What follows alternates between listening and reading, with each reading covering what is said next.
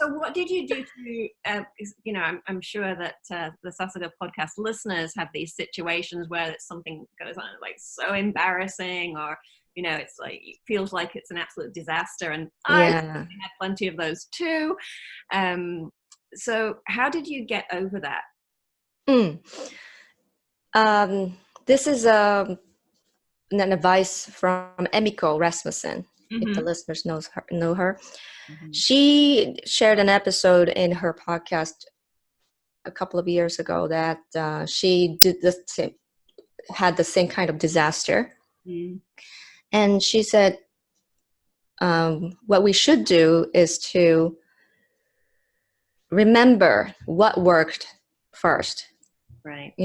Write down what worked first, and then go to what could have been done better.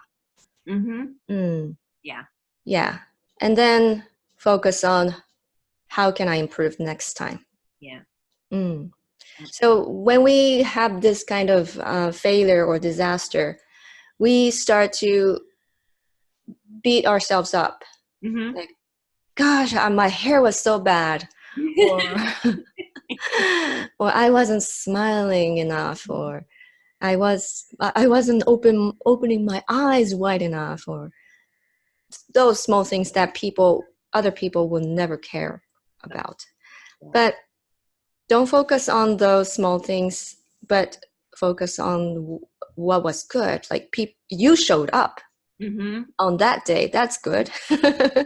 And you didn't miss the train or the bus, or so that kind of thing can really make you feel it's okay to make mistakes. Because it's just a small part of what went okay entirely. Right. And your career has continued since then. It was like it's just because I keep getting paid, so that shows that it's okay to make mistakes. It is, and sometimes in some situations as well, it kind of makes us more human, and people kind of like that. I love the Japanese phrase "sarumoki kara ochiru." Right, that's just that kind of makes people feel better in a sense as well. What I also think is really interesting is just like the whole how the brain works, because the brain is designed to focus on the negative and to make yes, right.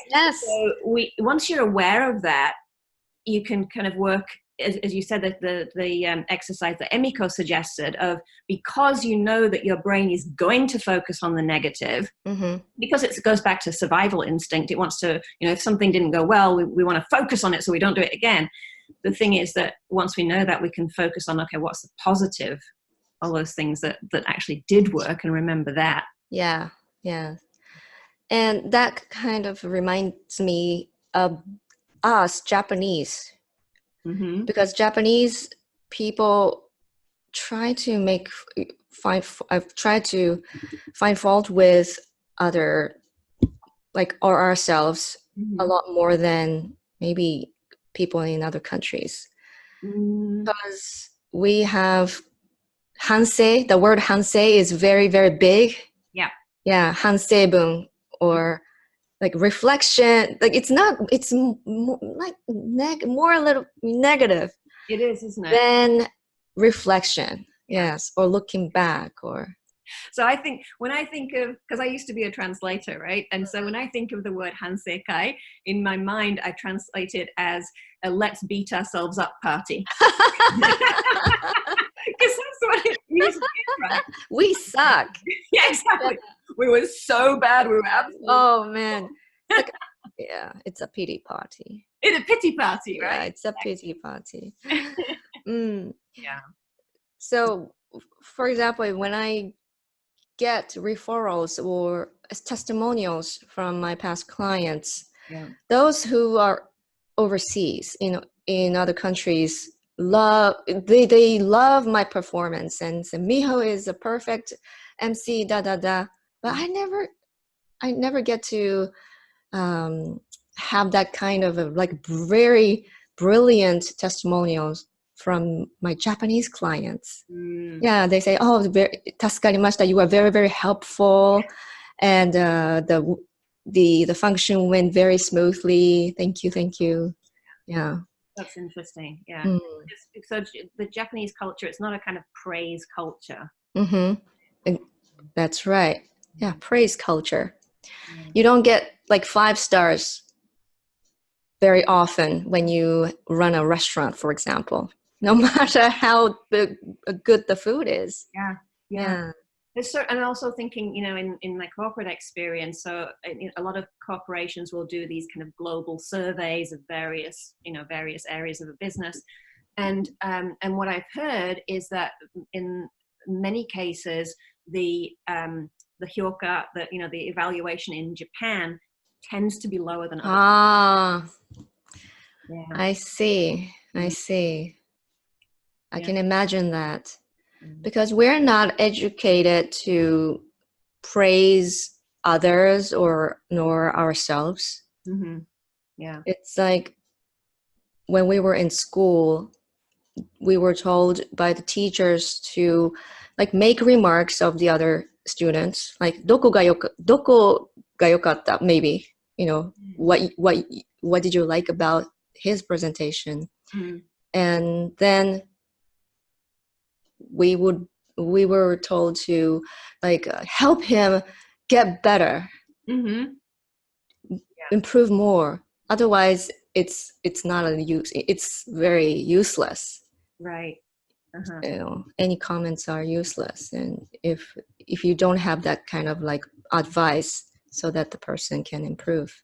Is that so? You said that's in school? I remember. Where was that? When I was in junior high up to elementary school in Japan, I think we have more like a praise oriented like classes or like atmosphere. But once we enter junior high school, things just changed dramatically. Right. And kids start to keep their mouths shut because they don't want to stand out and they don't want to be corrected. Yeah. And that leads to the adulthood in which they still don't want to open up their mouth. Yeah.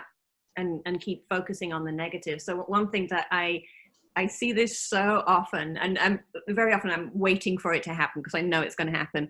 So when I do the group presentation skills, workshops, and then one person will give their presentation, and I'll ask the person, so what did you like about your own presentation? And what did you like? And they immediately go into, oh, well, I was bad at this. I was, and all the other people are like watching and kind of laughing a little bit. And I say, did you hear my question? Like, what? Because they didn't expect to be asked about what they liked about their presentation. They expect to be asked, what's terrible. Yes. I have a question, Helen. When I was an exchange student in the United States, and I remember a lot of parents praise their kids. Like, my daughter is so talented, And they say that in front of other people. But that never happens in Japan, because we think that it's not humble to praise our kids in the public.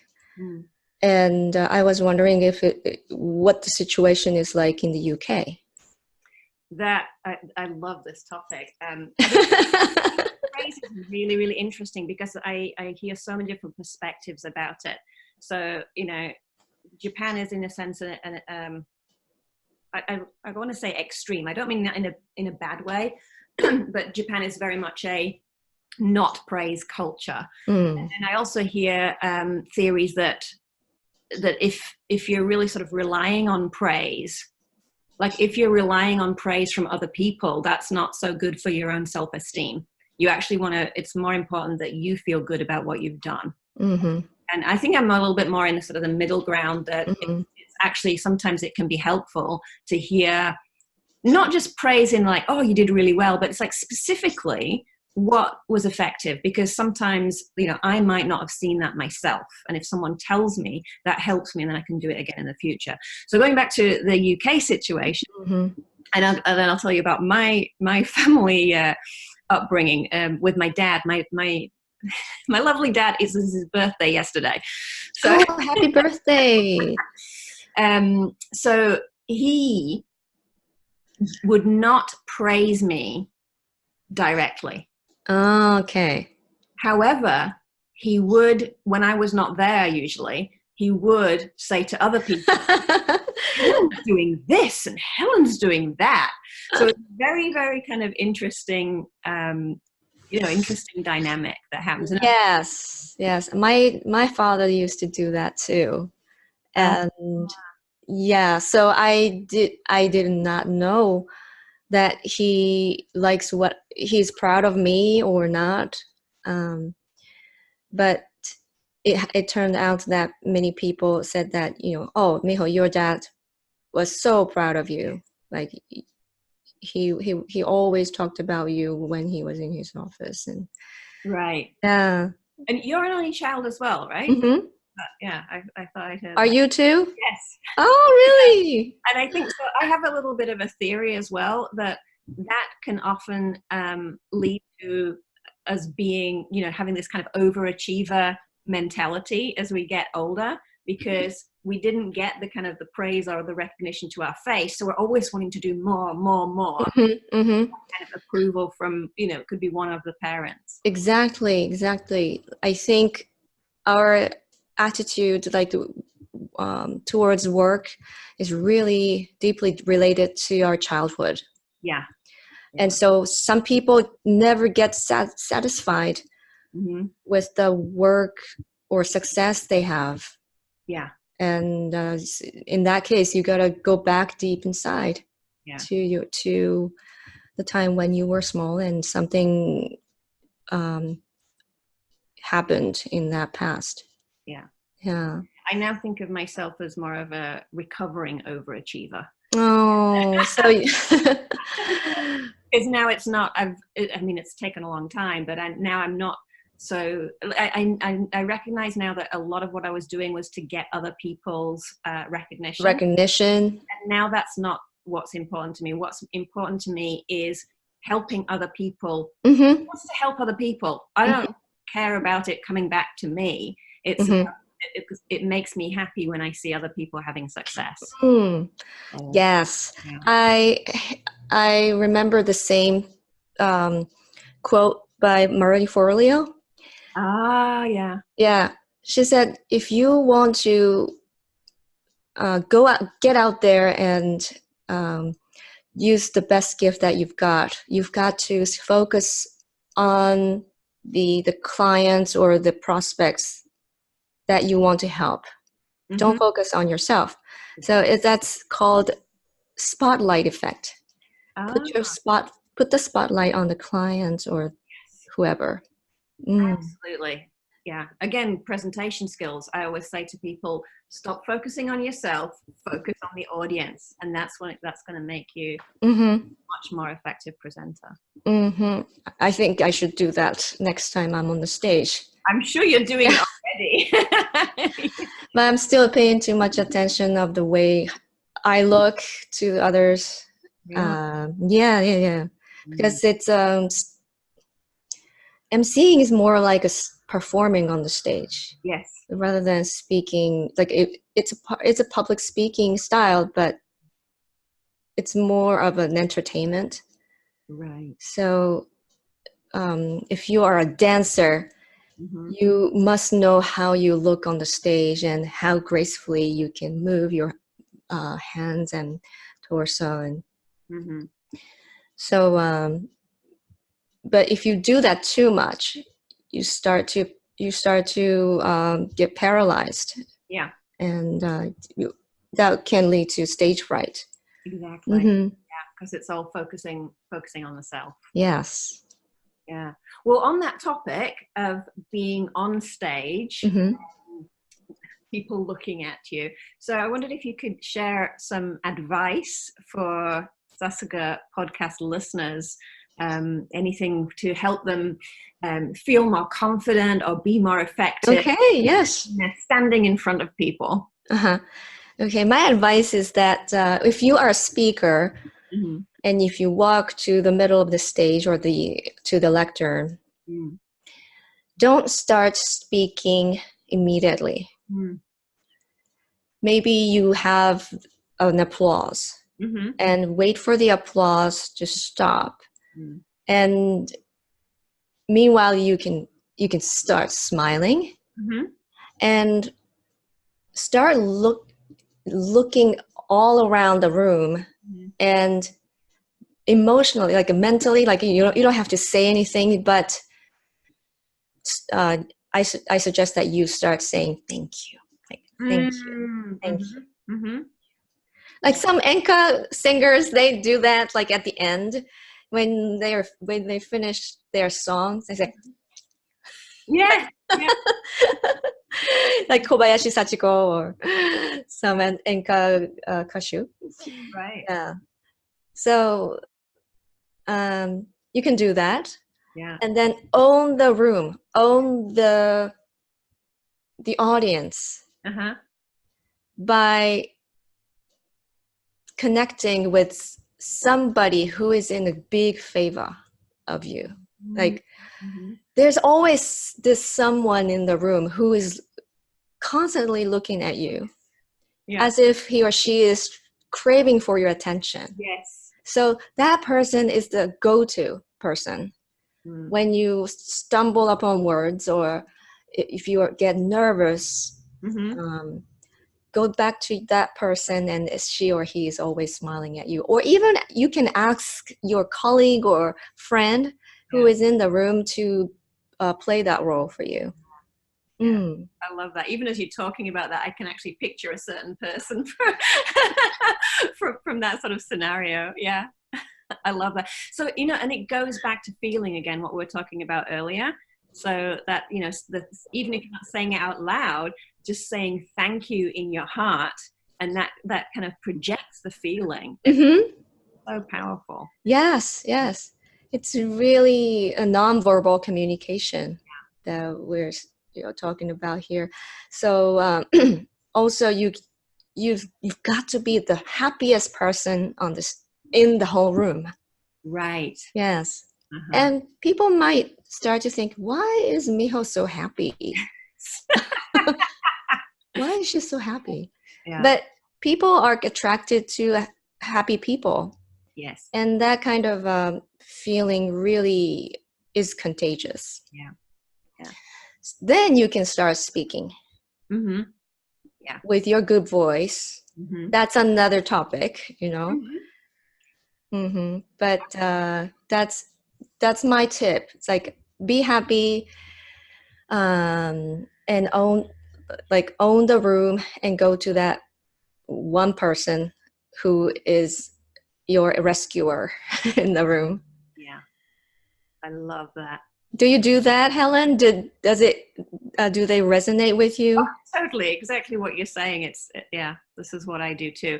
And so many times when I'm coaching people and they do that, they come onto the stage, or it's not just like, we're not talking necessarily big kind of formal presentations on occasions. A lot of what I'm coaching for is business meetings, but the same principles apply. Like with business meetings, you need that feeling, build a relationship. You need to have trust with the people in the room for the business to go well. That's what's most important. That's right. Then any type of presentation will be successful. Exactly. Because it's really not what we say, but how we say it. Yeah. Absolutely. So I think it's probably time we could talk for weeks, I'm sure.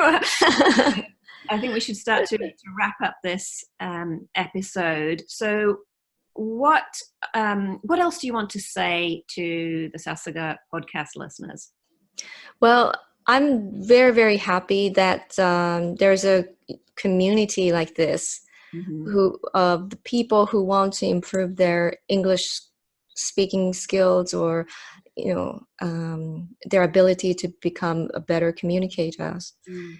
And for me, it's been very difficult to find, for example, like good role models, Mm-hmm. especially in Japan. Mm-hmm.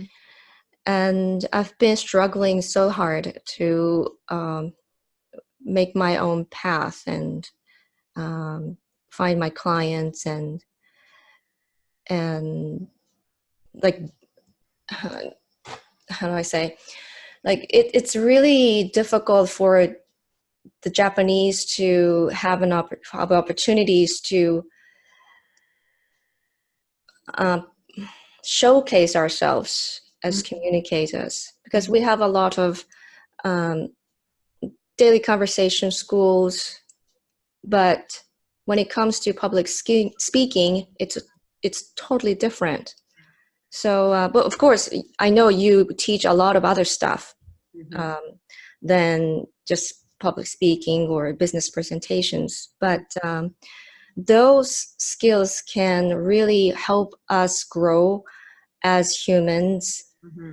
and eventually communicate us. And I think together we can grow as a community of better speakers, better communicators, and make impact Yeah, to the world. exactly. Yeah, I'm not sure what kind of impact your students can make, but I'm sure they are experts in their own fields. Exactly. Yeah. They're all those kind of experts. Mm-hmm. They're all having impact in different areas, and by being more effective, more powerful, more confident communicators, they can do Mm-hmm. that Yeah. more. And this is a trained skill. You cannot really be born with it. No. No. And anyone can learn it. Anyone can learn it too. Yeah. Mm-hmm. And I'm also a work in progress, as you can see, I think everybody who's listening is thinking, well, she seems pretty much complete. Oh, wow. Mm-hmm. Well, I'm very humble to be on your show. Yeah, really. Thank you so much. All right. Well, thank you so much for your time today. It's been wonderful. I've really enjoyed speaking with you. And I'm sure the listeners are going to get a lot out of this episode. So thank you so much, Miho. Thank you too, Helen. Thank you so much for having me. All right. Bye-bye. Bye.